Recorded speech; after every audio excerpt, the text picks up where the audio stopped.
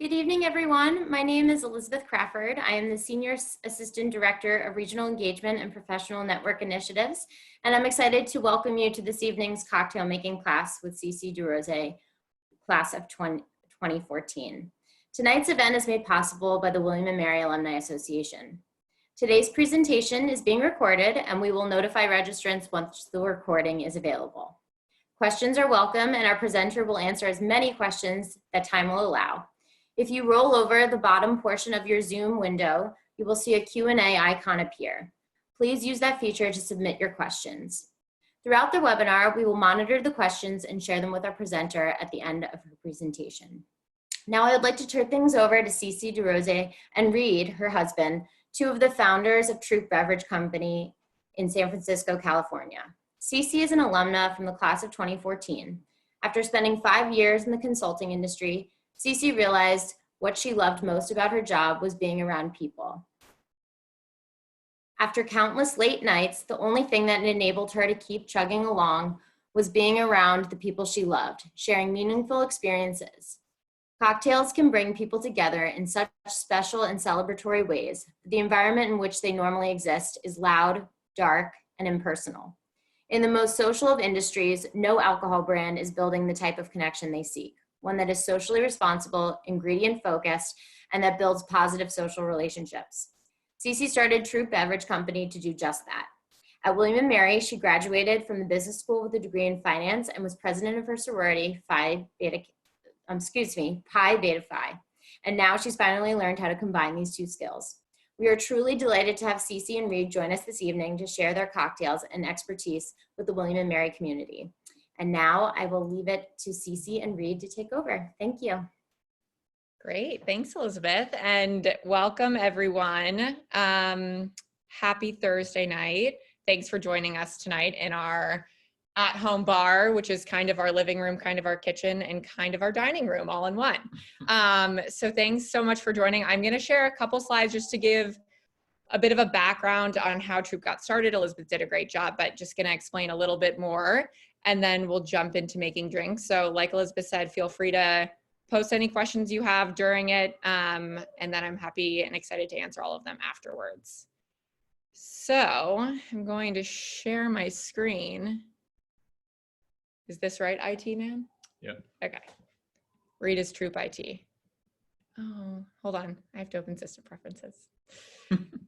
Obviously, I didn't do a good job No, he didn't. IT setup. Okay. Let's see if it works. There we go. Cool. Okay. So here's a little bit about Troop and how we got started. So I'm going to go through a little background. This is me looking very sad as a consultant. I was a consultant for 5 years after William & Mary. This is me in like a really dark cinder block room, which was literally an office I was in at one point. And I ate breakfast, lunch, and dinner either walking to work in front of my computer. I was spending 15 plus hours in the office every single day. Rarely got out of the office for drinks, but when I did, it was with some of my best friends, coworkers who turned into really great friends, other colleagues from William & Mary.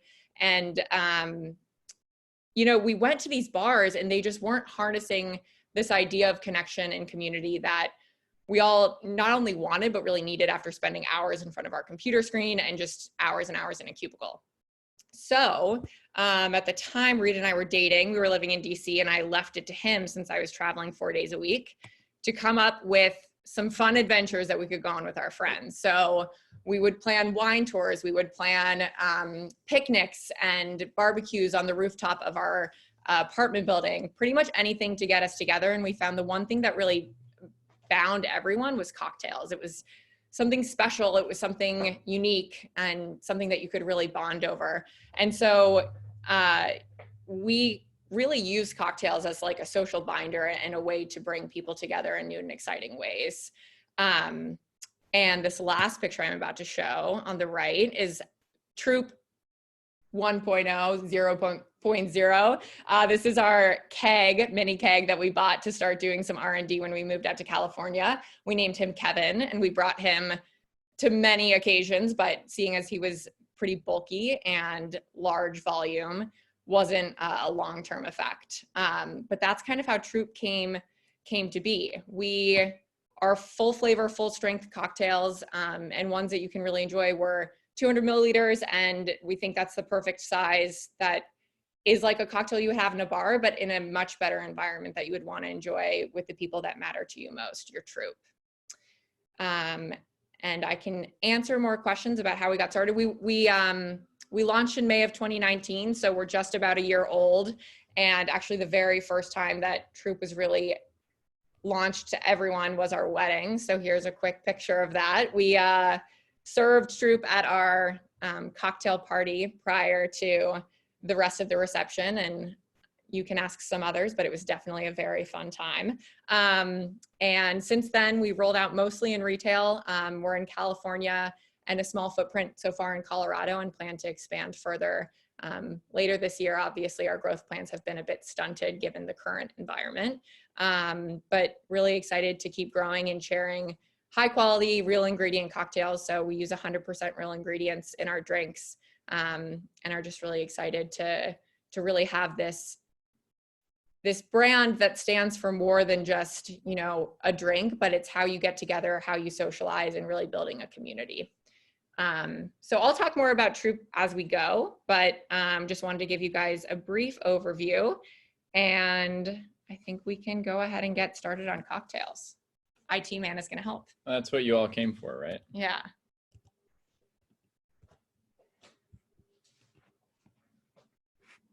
Okay. So, how are we doing? Great. Can you guys see?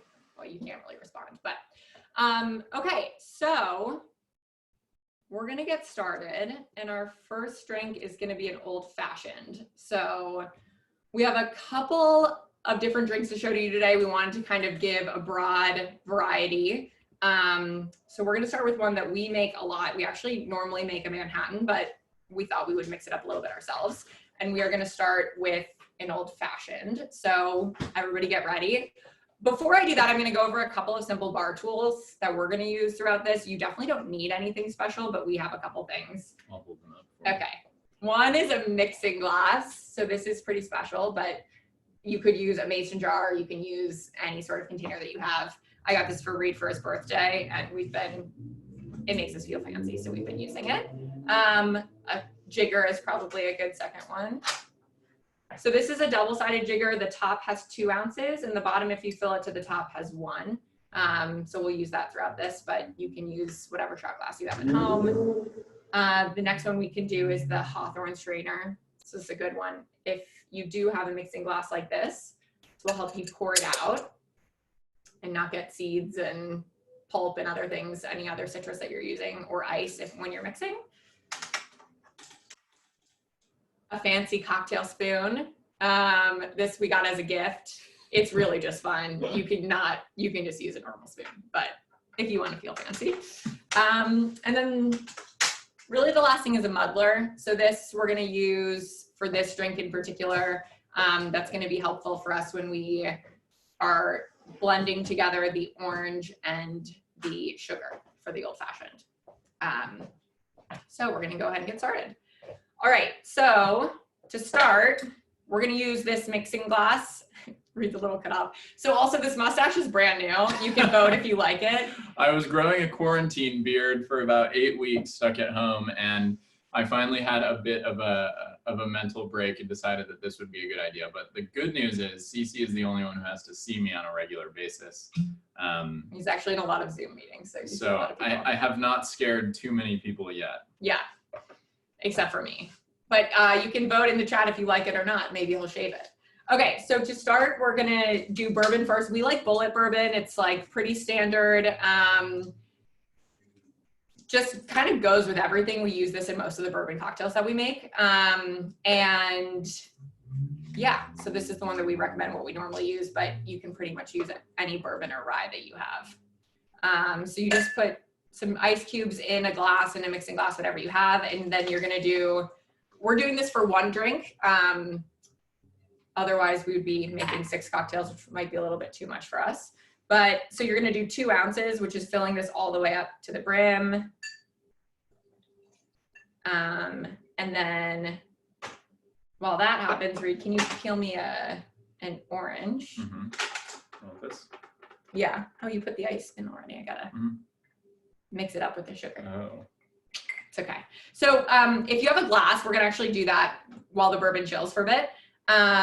We are gonna put the sugar in, into the bottom of the glass. I would use, it depends on how sweet you like your drinks. I would do maybe like a teaspoon, or between a teaspoon and a tablespoon. Again, it kind of depends on how sweet you like it. And you just pour it at the bottom of the glass, and then you put an orange peel at the bottom. So I just used just your standard kitchen vegetable peeler to get the peel off of the outside of the orange. You want to go deep enough where you get the whole peel, but not so deep that you're actually taking any of the white with you. That part gets really bitter. Yeah, thank you. And then you can put it right into the glass and just muddle it up with your muddler. You can use the back of a spoon. You can get creative. And you're just gonna muddle it up until it kind of turns a little bit liquidy. I can show you what it looks like in a second, but kind of until the sugar dissolves. If you have simple syrup, or you know how to make simple syrup, it's just same parts water and sugar, you could do that as well. But pretty simple, you're just gonna mix it up. It's probably pretty good. So if you can see, you can still see some bits of sugar, but for the most part, it's kind of dissolved in the juices from the orange peel. Okay, we can put that in the end. So next, we'll have an ice cube. We just got these fancy ice cube trays. Would recommend. Yeah, they're silicone, easy to come out, but whatever ice you have. This is gonna go, this one is on the rock, so it's gonna go over ice. Round or square cubes better? Great question. We like a round cube, but we just got these square ones, so we're currently using square. So we're gonna then put bitters in it. So we're using Angostura. They're pretty common. They're probably the most common that you've seen. You can get them pretty much at any liquor store, some grocery stores, depending on your state. Depending on how bitter you like it, we like pretty bitter drinks. I would say between 2 to 4 drops that you need. So you can pour it right in here. That's into the mixing glass for the bitters. Mix it up.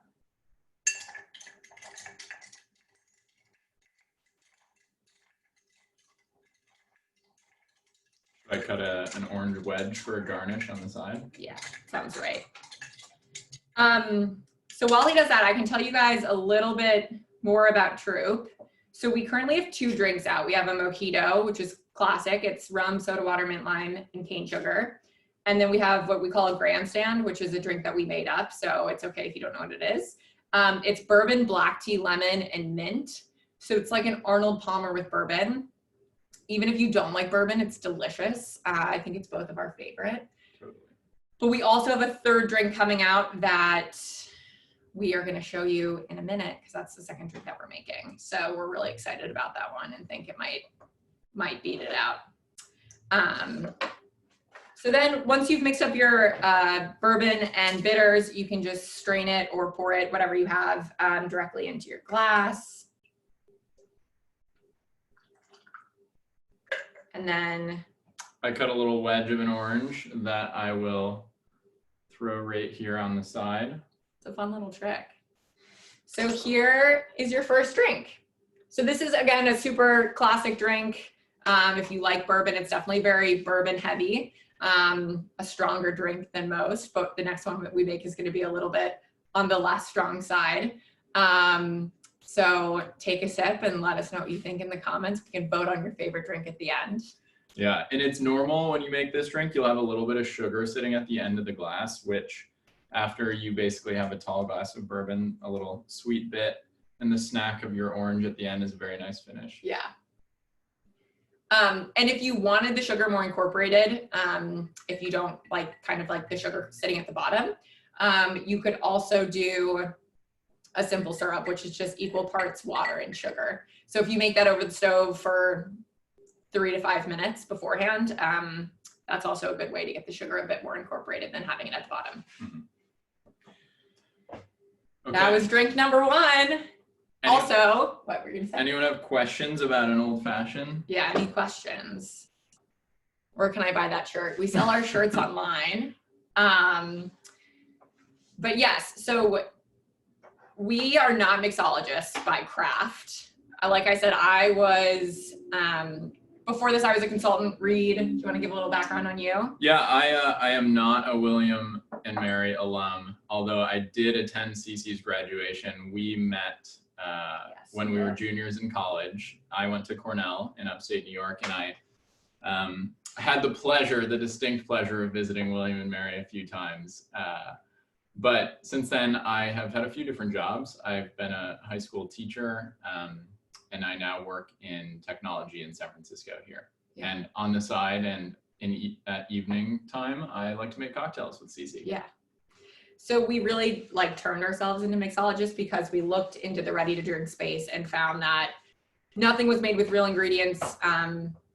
Everything was made with natural flavors, all these things that your body doesn't recognize. And, people were starting to ask questions like, okay, what actually goes into a White Claw? Is it a vodka soda? What is it? It's, it's a malt-based beverage mixed with natural flavors, which again, no one really knows what that is. So when we started looking into the space, we realized that didn't exist in terms of a company that only used real ingredients, which we're really passionate about. And all of our drinks just have 5 ingredients and no preservatives and no artificial flavors. And then on top of that, there wasn't a brand in alcohol that was really trying to stand for something more than just creating a product that they, sold into stores and see what stuck. So for us, it was really important to create a community, only surprisingly, this is a stat, 70% of Americans drink. I think that's a little bit low. But it's such a social pastime, and it's something that's been around forever, and there's no brand in alcohol that's really standing for community and building people together. And so that's really why we got started and why it's called Troop, because it's all about being with your troop. It is. Can I ask you a couple questions from the audience? Sure. All right, we have, I want to have a well-stocked bar. What should I buy to have a good base for when people come over? That's a very good question. Drinks, actually the drinks we chose take pretty quick to make. So we'll go through this really quickly. We're going off script, Elizabeth. I hope that's okay. Well-stocked bar. So the most important, we showed you the tools. Those are not that important. We didn't have any of those when we got started. We used whatever we had. We used bowls and cups and whatever. So the bar tools are not essentials, but nice to haves. From there, I would say the most essential are to have the liquors or spirits that you really like, and that can go in a lot of different drinks.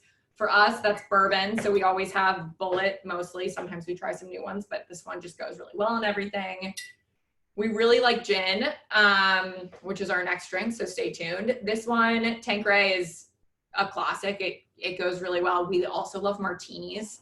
This is really delicious in martinis. But we also like to try some different ones as well. The distillers that we work with right now create a really good brand called New Alchemy Distilling is the name of their brand, but they have a gin called Fleurette that we really like. So if you like gins and want to, get some craft ones, we definitely recommend that.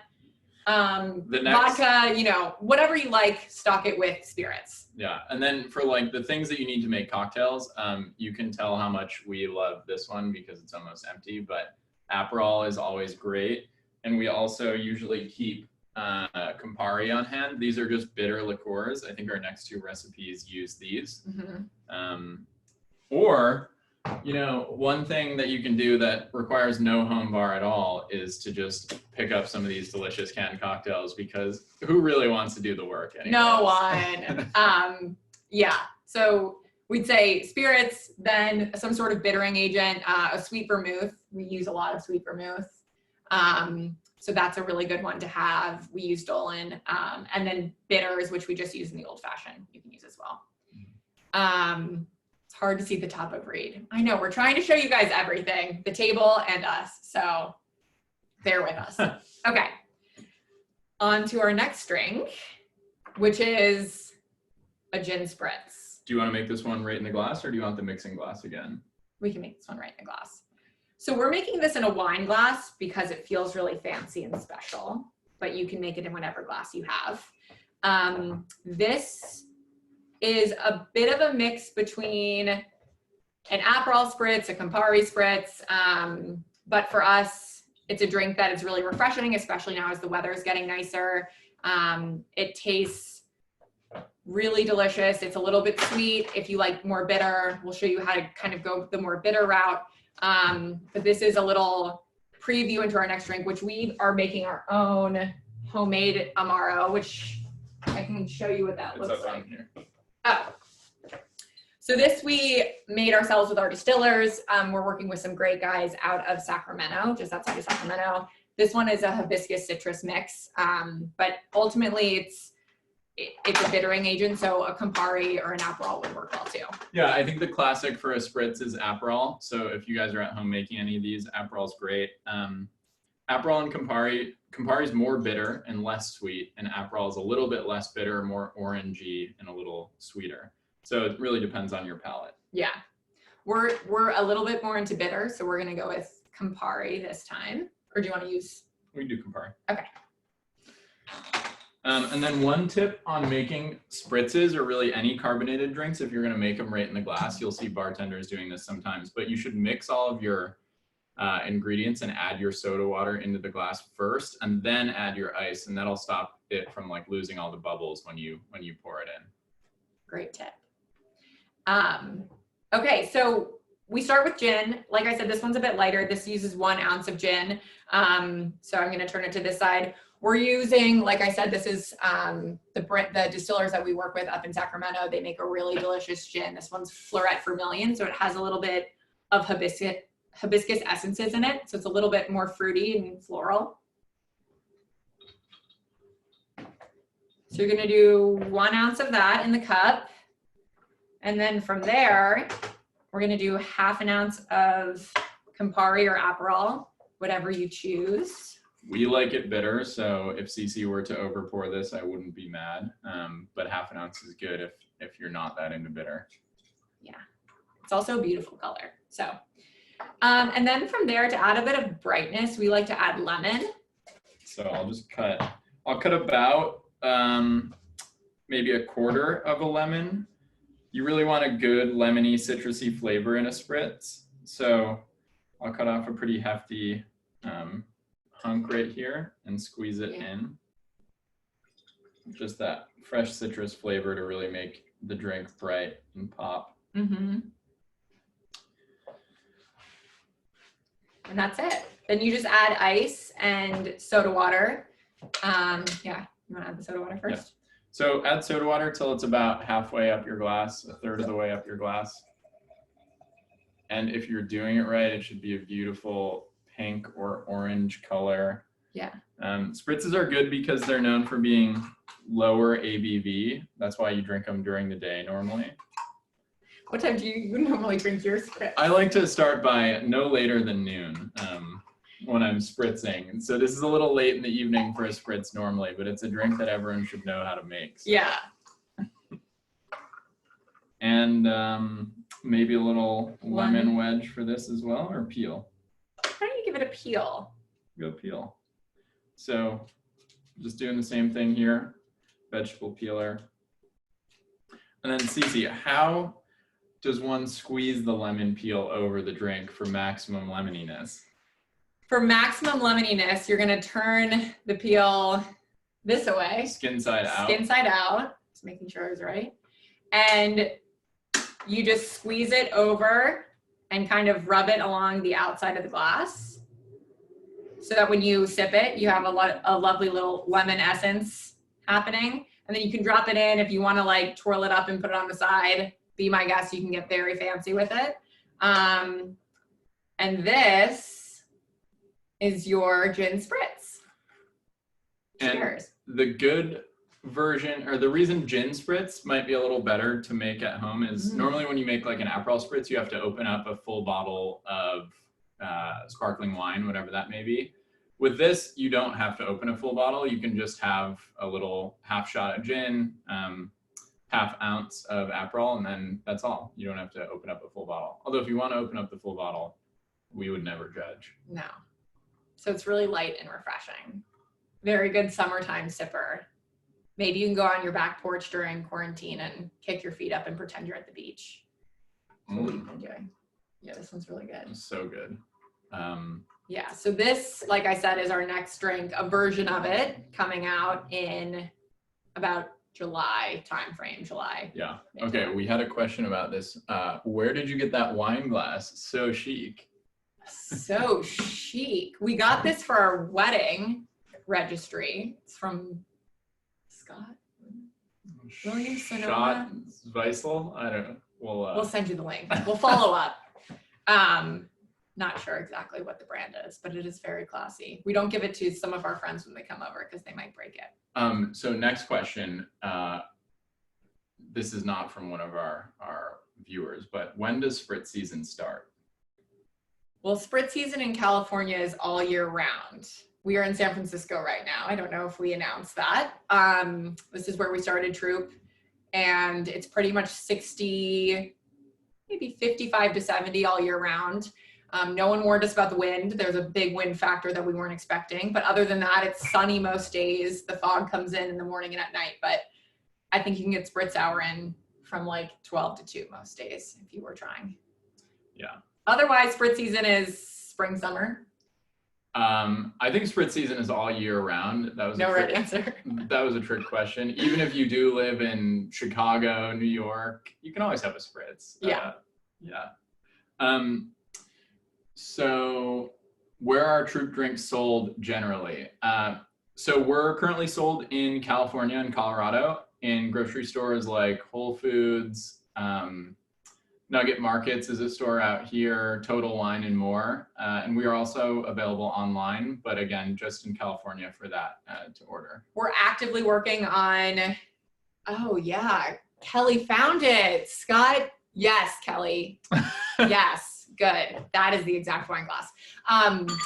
We are actively working on partnering with another logistics partner who will help us ship Troop to additional markets. So stay tuned, follow on our Instagram because we will announce it as soon as we have more specifics around there. But it also lets us do same-day shipping in a lot of our markets too, which is great because when you want Troop, you want it yesterday. So like the soonest we can get to you, the better.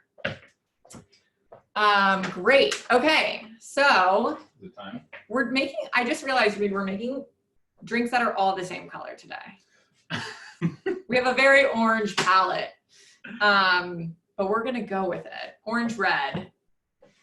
Take another sip. Cheers. Cheers. Okay. So this last one is a little fun drink that we made for William and Mary called Sunrise on the Sunken. Sunken G's, the Sunken Gardens, miss them every day.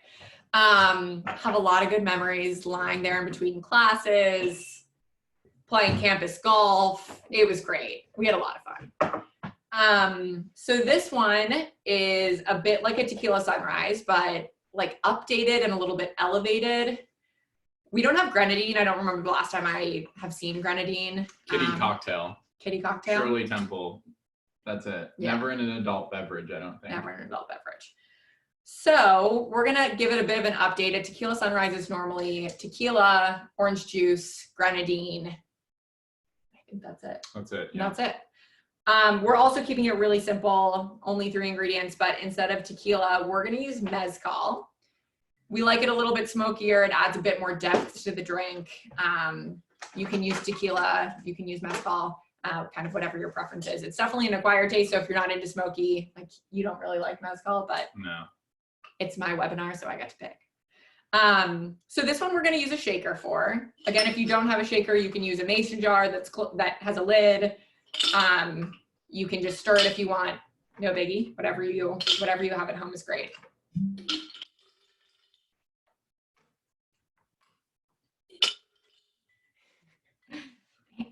Thank you, Hannah. Yeah. Good to know I got fans out there. Yeah, he does have fans. Okay. So we're gonna do 1.5 ounces of tequila or mezcal, whatever you like. And then orange juice. So this, to taste, really, we said between 3 and 4 ounces. So we're just gonna guesstimate. Yeah, you could measure 2 full shots of this for your OJ. I'll do it for the purpose of pretending like we are serious bartenders who take the craft seriously. Take the craft seriously, yeah. So I'll do a double shot. We've got that nice fresh squeezed OJ from Whole Foods. But any old will do. We made our first trip to Whole Foods during quarantine last week and treated ourselves to some nice orange juice. Do you have the Campari? I do, yeah. Okay, great. We got a question about what type of mezcal we like. This is really the only mezcal I think I've ever bought because we tried it at an event once. It's called El Silencio Mezcal. It's in this black bottle. I don't know, Gretchen, where you live, but I think they sell this one at Trader Joe's in states Trader Joe's. where liquor is allowed to be sold in grocery stores. But they probably have it in a lot of other liquor stores as well. It's really good, really smooth. This is like the only mezcal that Reed has had that he enjoys, so. And I'm just gonna fill the glass all the way up to the brim with ice. My parents taught me that there's never too much ice in a cocktail glass, so if it's overflowing a little bit, you've done it well. Yeah. And then last, we're gonna use Campari. Again, if you like it sweeter, you could use Aperol, but you're already gonna get a lot of the sweetness from the orange juice, so I recommend doing a more bitter addition like a Campari. But again, if you like sweet, Aperol will do just fine too, and we'll give you that color that you're looking for. Oh, it's beautiful It's already. beautiful, yeah. Okay. We should probably mute our speakers for this one. Fair warning to maybe turn it down. When you shake, you should shake vigorously, so.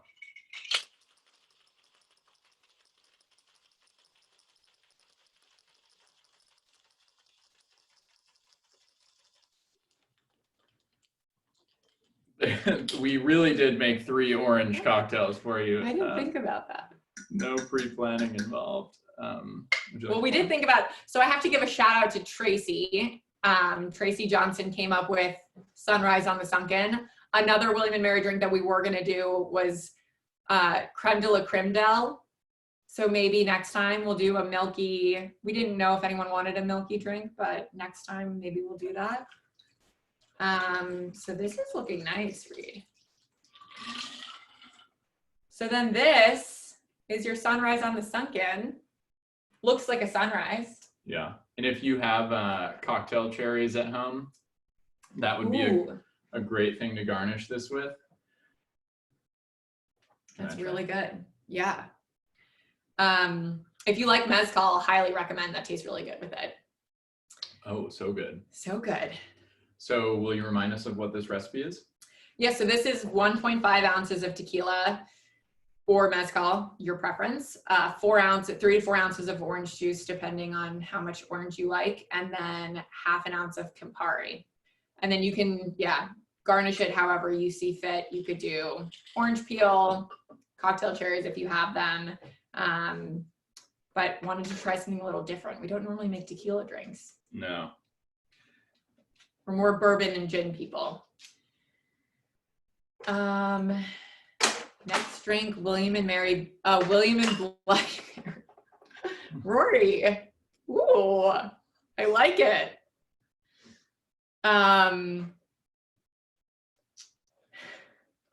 Okay, I think that about covers our drinks. We're happy to answer any questions that you have about Troop, about cocktail making, about your at-home bar, about how you can get Troop at your house. I know we ended a little early, but we are just really speedy cocktail makers, I guess. So more time for drinking, I guess.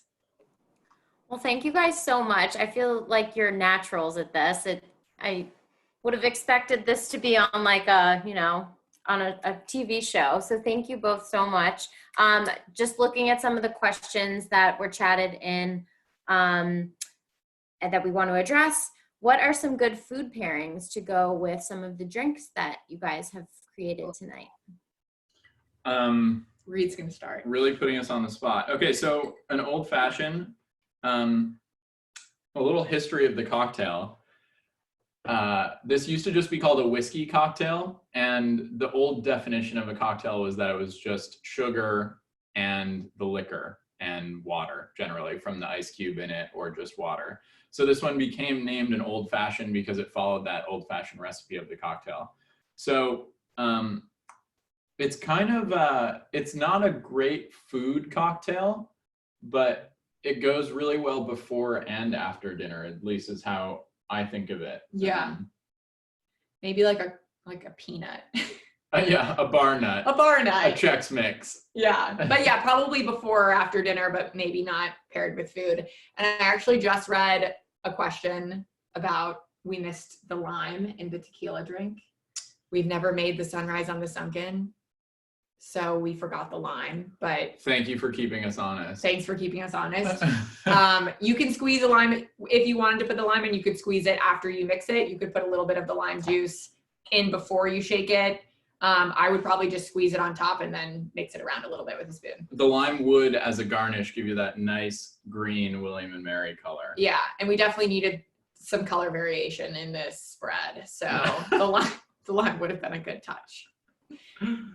Yeah. Awesome. Drink for the second one? Oh, drink for the second one. Or food for the second one? Oh, right. Cheese board, for sure. Cheese board. Charcuterie, you're drinking a spritz, you're sitting out on a Yeah. in the sunshine at a picnic table or I'm in thinking the like grass. a Gouda, something like a hard cheese and a soft cheese. I would go for a brie. Maybe some almonds, Marcona almonds sprinkled around, a couple of slices of prosciutto. CC's clearly angling for her next webinar to be a cheese board arranging class. Well, just saying, it'd be pretty good. And some fruit, like I would put some grapes on there, some cut up apples, always mustard. You have to have mustard on your cheese board. That's a conversation for another time, but. Yeah. And then the last one, we just got past it, but I think the last one pairs really well with something Mexican, tacos, maybe something Southwestern in that vibe. It's got some really nice smokiness to it. So maybe a smoked meat, like a steak taco or something like that would go really well. Yeah. Great, thank you. Another question that was chatted in, round or square cubes for ice? Wow. Why choose? Why choose when you can have both? We use square today because we just got new ice cube trays, but we also have these round ones as well that we mostly use. Pick whichever you'd like. Can you guys tell we like making cocktails? We like making cocktails, yeah. But I'm more of a round cube girl generally. Great. What drink are you developing next for Troop or plans? Gin Spritz is on the books. We're not taking any more votes. It's been decided. Like I said, we're using this Amaro, which is a hibiscus citrus homemade Amaro that we developed with our distillers that we work with. So it's going to be that, lemon, and gin and soda water. So that one is decided, but jury is still out on our fourth cocktail. Yeah, maybe we should get some audience participation. If everyone can go into the chat and tell us what their favorite cocktail is, that would help us decide on number 4. Creme de la creme del, probably not an option, but if enough people vote for it. I don't know. So currently our drinks last 10 to 12 months is the shelf life. We found a way to get 100% real ingredients in a can without using any preservatives while also keeping it shelf stable, which is great. And we're very excited about that. But that being said, I don't know how milk would do in there for 8 months without being chilled. Okay, I'm seeing anything tequila, punch, Cosmo. Oh, that one's Mark Gensheimer And for sure. yeah. Pisco Chartreuse. sour. Okay. Chartreuse mint julep. If you like a mint julep, who's that? Trip. A mint julep was one of the inspirations for our grandstand. It's sort of an Arnold Palmer mixed with a mint julep. It's half lemonade, half iced tea with a little bit of mint in it. So that'd be great. We got a whiskey sour and a pisco sour. G&T, classic, pisco sours, whiskey, Red Red Bull vodka, RBVs. RBVs. We might have to get that trademarked. Yeah, for our drinks, we try and make them a little bit more, the mojito is pretty standard, but we try and make them a little bit different, things that you probably don't have at home, even with mojitos you don't have. You want to turn off our kitchen light? Yeah, sure. You probably don't have like bushels of mint around. So that's another reason why we started with the mojito. It's a drink that pretty much everyone likes. I don't know if I've met someone who doesn't like a mojito. It's very refreshing and light, but a little bit more difficult to make considering you have to have a lot of fresh mint on hand. Thanks for the ideas, guys. Yeah, we'll have to look at these after. Yeah, I hope that's helpful for you. Someone chatted in, can you invest in Troop? I know who that question came from. Yes, you can. If you're interested, reach out to us. We are in the process of raising a seed round. And what we're going to do with that mostly is work on sales and marketing. We are in the process of giving Troop a bit of a facelift. We've done everything currently, just the two of us. Reed still has a full-time job. I quit my job almost a year ago. So it was last May, end of last May, so nearly a year ago. And it's just been the two of us working away at this for a year and a half now. So we're excited to get a little updated branding, get some work off of our plate that we don't have expertise in, and leave it to the professionals. So we have some really exciting things coming out in the next couple of months that I think you guys will love to follow along with. So Great. A personal question, what has been your biggest learning as an entrepreneur, and what has been your biggest challenge as an entrepreneur? I'll go with challenge first. We can both answer. I'll go first. I think the biggest challenge is you can feel really isolated as an entrepreneur. It's a really scary thing to do. Like, you have the idea, but I think a lot of people, I have had so many ideas, but actually acting upon the idea, quitting your job, not getting a paycheck for a year is really scary. And for the first couple of months I was working out of like pretty much right in where I'm standing for about 6 months. And it was a lot to just be here by myself every day, setting my own path, trying to figure out how to start a company and how to move it forward. Reed has been an awesome co-pilot and partner, but to take on the day-to-day by myself has been challenging, to say the least. Something like to combat that is I joined an all-women's co-working space in San Francisco called The Assembly. Quick shout out to them. If anyone's in San Francisco, they're awesome. And I would say about 50% of the women who work out of there have started their own business or work for startups. So just having that community of really powerful, independent women to surround you and really understand what you're going through. I think from the outside, it looks like we're doing great. We're like starting a company and we're in Whole Foods and we're doing all these incredible things, but it can just feel really isolating, and all the challenges that aren't displayed on Instagram and aren't displayed, on LinkedIn and things like that can definitely be a challenge. So I would say finding a community who understands and supports you, and my family and friends, in addition to these other women who I've met, have been incredible. So challenge. That was great. I think one of the biggest challenges that we both ran into early on is just getting started.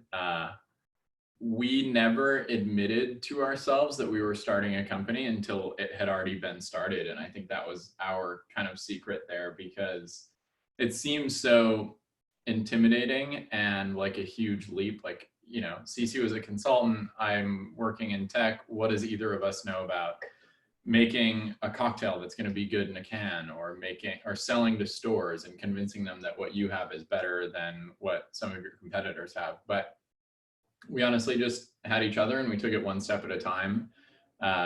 And we would just make one more phone call or show up to one more store and ask if they wanted to buy our product. And just overcoming those daily challenges can be really tough at the beginning, and it still is at our stage, and it will probably be for a long time. But if you just keep doing it, that's what works. Yeah. Agreed.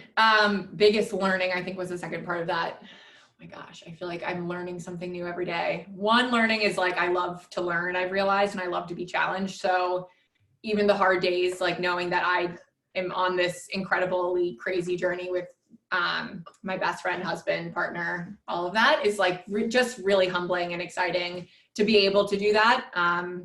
But in terms of learning specifically,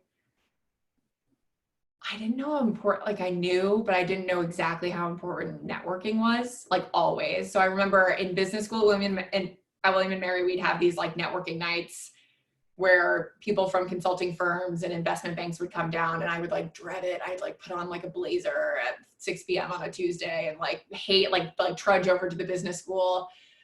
And I felt awkward and it felt, you know, just uncomfortable, but it's so important. And you can view it in a negative way, or you can view it like this is an incredible opportunity that I can meet people and just put myself out there and share a drink and share some stories with people.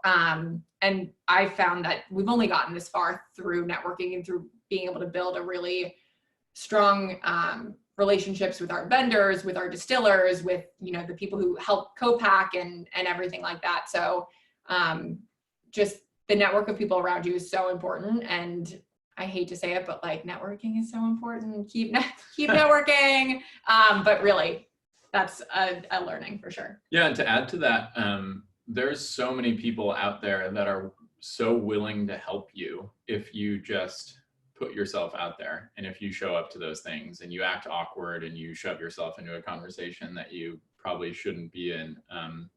I think it's been continually surprising to me how many people are willing to spend 5 minutes giving you advice or intro you to someone else over a quick email and things like that. So I think in many ways, starting this company has made me realize like how truly like nice and giving people can be for not really having a good reason. And I hope, you know, we aspire to do that for other folks as well someday. A bit of a road before that though. Yeah. Wonderful. That was a great plug for William and Mary Networking. So thank you. Let's see. Rory Park had a question here. What is the craziest cocktail concoction each of you has made that sounds weird on paper, but is actually incredible? Rory, tough question. I've got one. Oh, okay. This was recent. The other day we made something called a Dalgona Dude, which some of you plug for our Instagram. Some of We're you doing may a little have, happy hour series there. Some of you may have seen this on our Instagram. We have a video of making it, but it's this weird whipped coffee recipe that's been going super viral lately. And we decided we love coffee, we love cocktails. Let's put these two things together with this cocktail. So we made what was basically a combination of a White Russian and that whipped Dalgona coffee with instant coffee. And it was actually pretty outstanding. Yeah, it was really good. It was very rich. It was definitely a dessert cocktail. I would probably, not have it like before dinner or during dinner, but definitely after dinner drink. Craziest. I feel like that's probably the weirdest thing that we made. Do we have? I feel like I might be missing. We're always experimenting. Some things turn out better than others. But we're always experimenting, but we're also really boring and we like what we like. And so we make a lot of Negronis, a lot of Boulevardiers, a lot of Manhattans. Shout out to my dad, Mark. That was the first cocktail I ever had with him. How old were you? 21. 21. Yeah, sorry, Rory, I don't have an answer. I'll follow up with you after. Thank you both so much. It looks like we've answered most of the questions that have come in, but if you have any final remarks about Troop or just your experience at William and Mary, we'd love to hear from you, CC. So take the floor. Yeah. Well, first of all, thank you all for coming. Closing remarks, I would say there's a lot from school I don't remember. I was a finance major and I don't do anything finance related at Troop. Reed actually does a lot of the finance.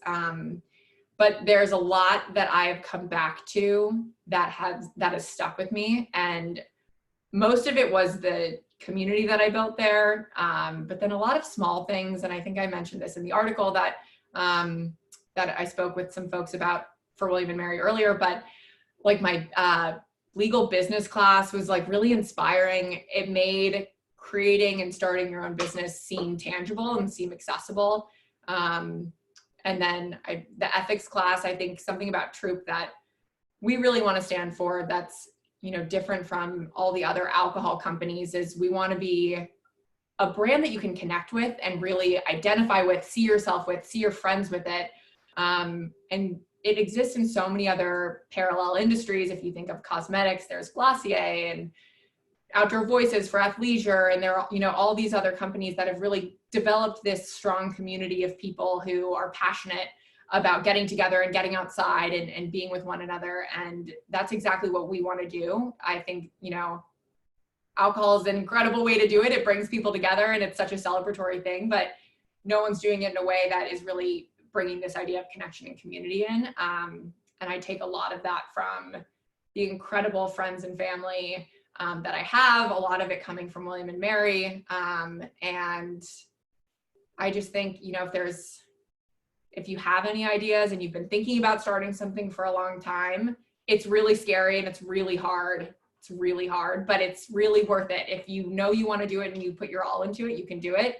I mean, I say that and we're like a year into our company, but we're chugging along, and you have hard days and crazy days and great days, but you just have to really rely on your family and your friends and your support system. So I have a lot to thank William and Mary for that.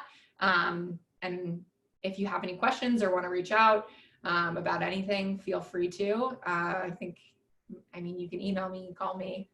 I'll put your email into the chat so people can read a lot of my email. reach out. But yeah, I just want to thank you all for coming. This was really fun. We make a lot of cocktails at home alone these days, so it's been fun to invite you into our little small San Francisco apartment. And yeah, thanks again.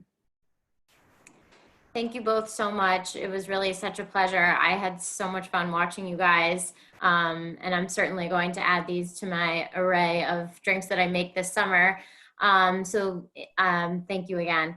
And just as a general, closing remarks, in this challenging time, it is more important than ever that we stay connected as a William and Mary community. Though we're not able to gather in person right now, we recognize how powerful it can be for us to come together virtually to support and learn from each other, just as CC and Reed just did so beautifully for us.